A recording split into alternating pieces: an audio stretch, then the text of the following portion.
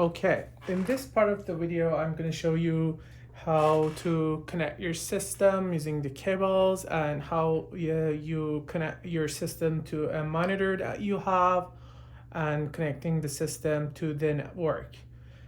So for this, if you have a 4-channel camera system or 8-channel camera system, you'll have either 4 pieces of these cables or 8 pieces of these cables that are specifically for connecting the cameras to the recorder.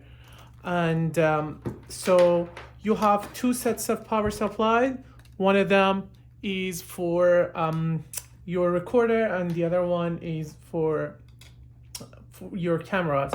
And to distributing the power through your 4 or 8 cameras, you will have one of these power distributors coming with 8 females or 4 females, depends on how that many channels that you have in your system. Okay, for this, I'm gonna easily connect this to the power supply, and imagine that we're gonna connect this to the power, and then you will have 4 output for your cameras or 8 outputs, depends on the system you have.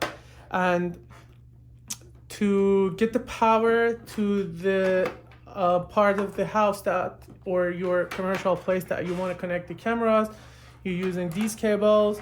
So this side coming with the male power cable will be for this side of the connection, and you use the RCA or coaxial side for the back of your recorder, like easily whatever channel you want to use. For example, for the first camera, I'm going to choose channel 1, and the other side of the cable will be for the camera. So it's going to be like right to the power, and this one is going to be for the video and audio. After you connecting this and turning on the recorder, the camera is connected and you have the power supply connected to the electricity power as well. So the camera will turn on, and also for the recorder, you have another piece of the power supply or switching adapter that you can use. Here it says DC 12 volt. You can use this one to power on your recorder. And to have a local monitor, you can use the HDMI cable that you have in the box. You can use this. It's already in your kit. You can find it on the accessories. So you can easily connect the HDMI, unplug the shield, and then you can connect the HDMI to the back of the recorder, and the other side is going to be connected to your monitor. And in this case, you will have a local monitor at your place. Sometimes you don't have like your monitor doesn't support HDMI. In that case, you'll need to use the analog output, like it's an old output. You can buy a new cable of coaxial cable and connect this side to your video input of the monitor or TV that you have. Okay, after doing this, so you have another connection to get the network connected. In this case, you can use the network cable, which is inside your kit again. So you can connect it to the net here, and the other side is going to be to your main router at your place.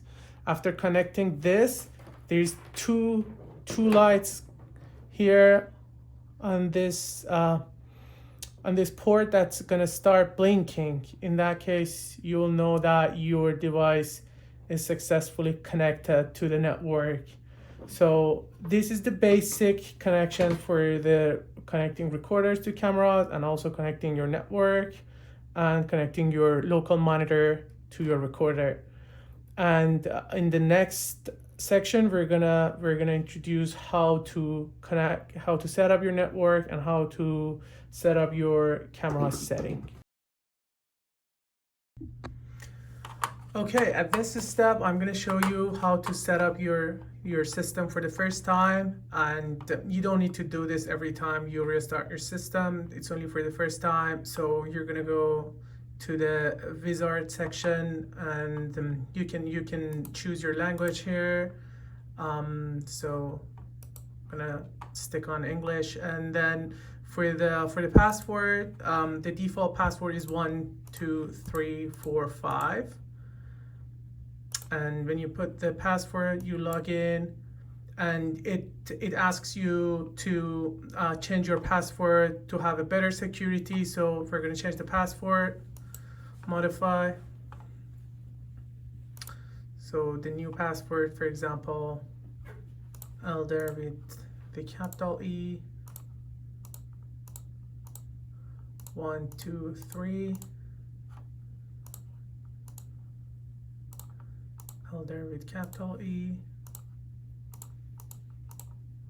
1, 2, 3. Okay, and then you can set up a pattern as well. Like, it's very famous at Android devices. I don't want to add something sketchy, so just a Z. And then you have the option to set your security question. This is very important for retrieving your password and resetting your password if you forget your password in future. So what is your job number? Which day is your father's birthday? Okay, Saturday, for example. And then the second one, what is your lucky number? 6.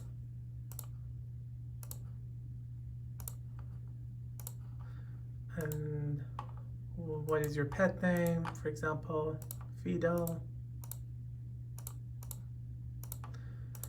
Okay, after setting these security question and password, you can save here.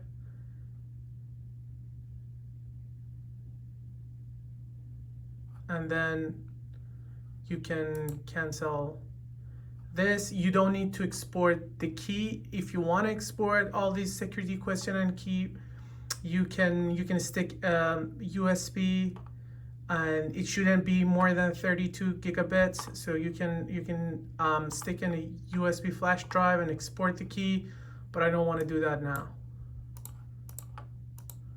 So okay.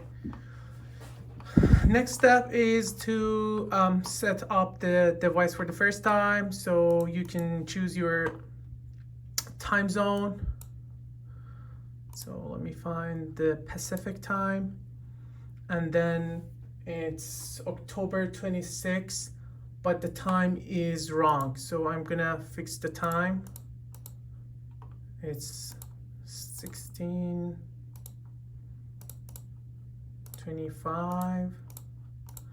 And then let's go to the next step. So here is your network setup. My recommendation is to enable your DHCP if your router supports the DHCP, which is quite common these days. I don't think you have a modem that doesn't support DHCP. It should be like for at least 10 years ago. And then for the hard disk, you probably don't need to do anything because our devices come with the hard disk installed. And here's the camera. You can skip this step as well because your cameras are analog cameras. You don't want to add any network camera. And we already did the password. We're gonna finish this, and it says successfully modified.